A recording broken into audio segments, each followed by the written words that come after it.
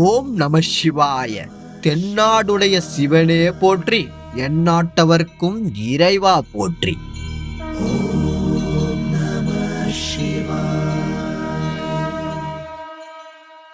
அப்படிப்பட்ட ஈசனுக்கு உரிய நாள்தான் இந்த மகா சிவராத்திரி. ஒவ்வொரு வருடமும் மாசி மாதத்தில் வரும் மகா சிவராத்திரியின் வரலாறு இங்கு எத்தனை பேருக்கு தெரியும்?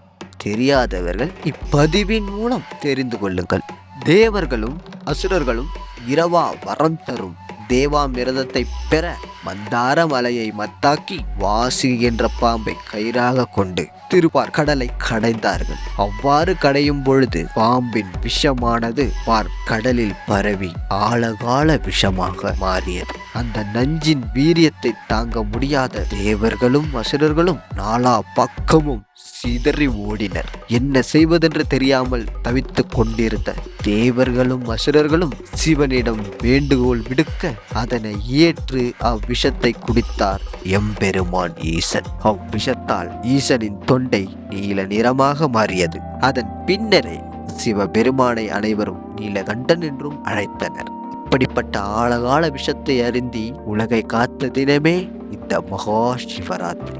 இதுவே மகா சிவராத்திரியின் வரலாறு. அப்படிப்பட்ட மகா சிவராத்திரியை நாம் ஏன் கொண்டாட வேண்டும் என்ற கேள்வி உங்களில் எல்லோருக்கும் தோன்றலாம். அந்த கேள்விகளுக்கு நான் பதில் சொல்கிறேன், கேளுங்கள்.